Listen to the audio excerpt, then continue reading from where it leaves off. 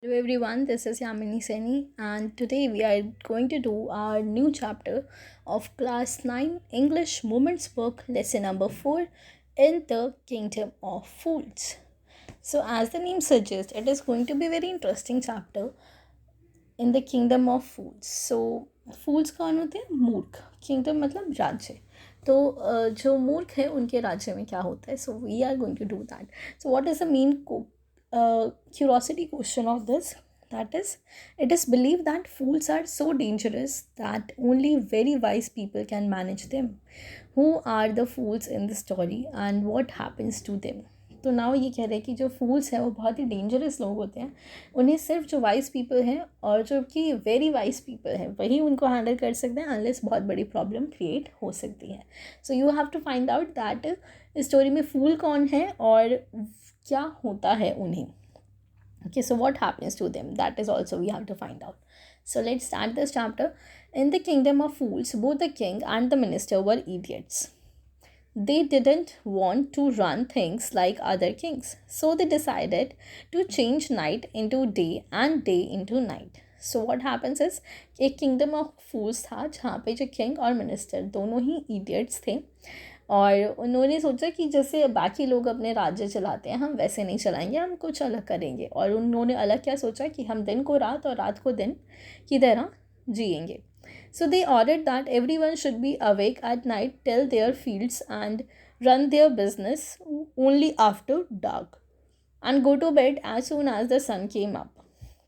तो उन्होंने ये ऑर्डर दे दिया अपने राज्य में कि सभी लोग जो हैं वो रात को जगेंगे और जैसे ही सन आ जाएगा यानी कि सुबह हो जाएगी तो सभी के सभी सो जाएंगे. Anyone who disobeyed would be punished with death. अगर कोई भी इसको ओबे नहीं करेगा या इसके खिलाफ जाएगा तो उसे डेथ पेनल्टी मिलेगी, उसे सीधा मार दिया जाएगा. So the people did as they were told for fear of death. So लोगों ने वैसे ही किया because they have the fear of death. Nobody wants to kill themselves on their own, right?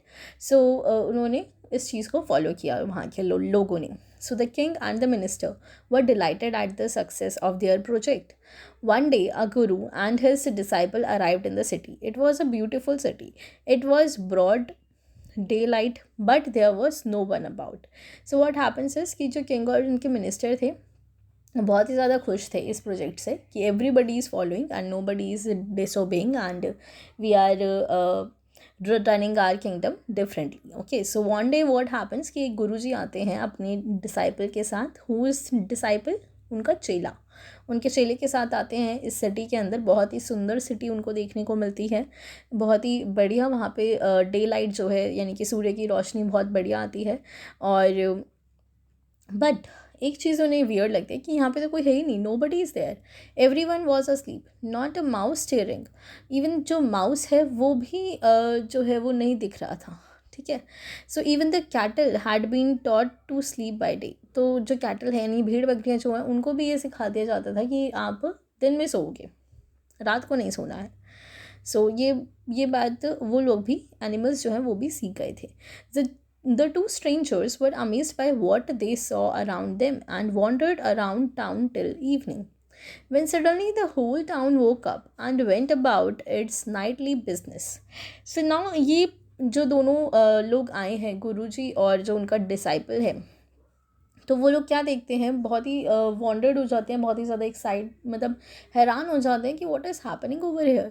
लोग जो है वो रात को उठ रहे हैं, शाम तक हम देख रहे हैं कि कोई सभी लोग सो ही रहे हैं. Nobody is awaken up. सो और रात होते ही लोग अपना बिजनेस करना या जो भी वो काम करते हैं वो करना उन्होंने शुरू कर दिया. The two men were hungry. दोनों मैन जो है वो बहुत ज़्यादा हंग्री थे. So now that the shops were open. अब जो शॉप्स हैं वो खुल चुकी थी. They went to buy some grocery. तो उन्होंने सब कुछ ग्रॉसरी जो है वो ख़रीदने के लिए, यानी जो ग्रॉसरी क्या होती है, सब्जियाँ वगैरह, तो वो ख़रीदने के लिए वो शॉप पे जाते हैं.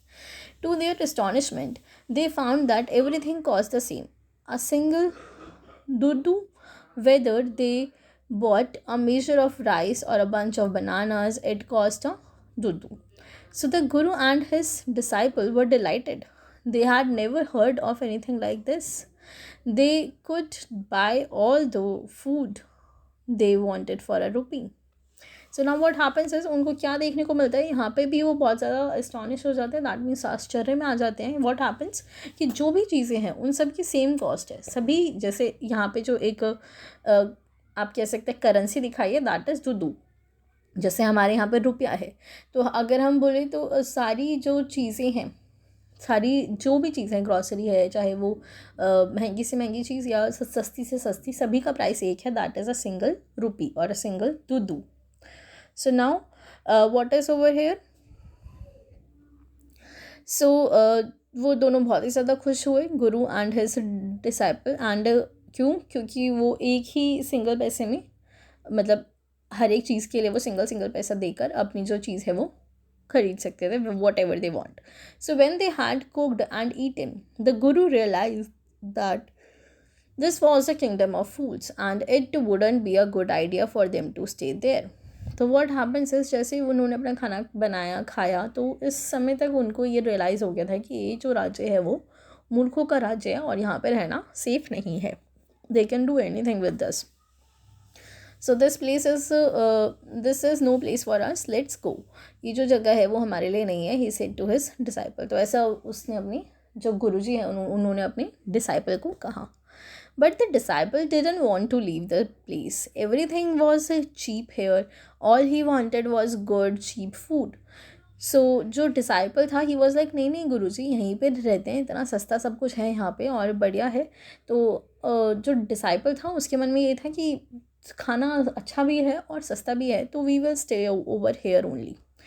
Then what happens, the guru said, they all are fools. This won't last very long and you can't tell what they'll do to you next.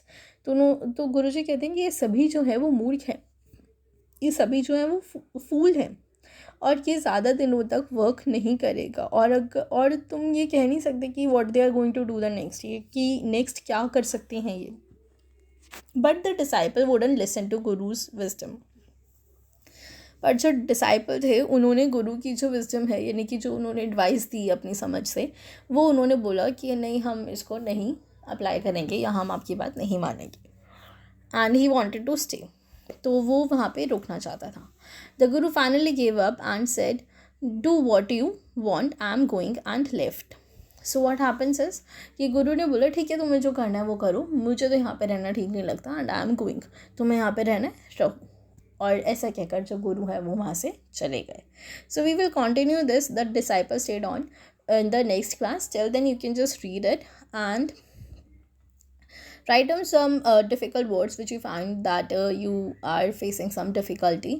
So you can just write those in the comment box and I will definitely reply to you. Okay, अगर कुछ भी आपको problem आती है तो आप उसे comment box में लिख सकते हो. Either it is in the form of word meaning और something else. So just write it down. I'll definitely get back to you. So read it till here and we'll take up the next thing in the next class. Goodbye.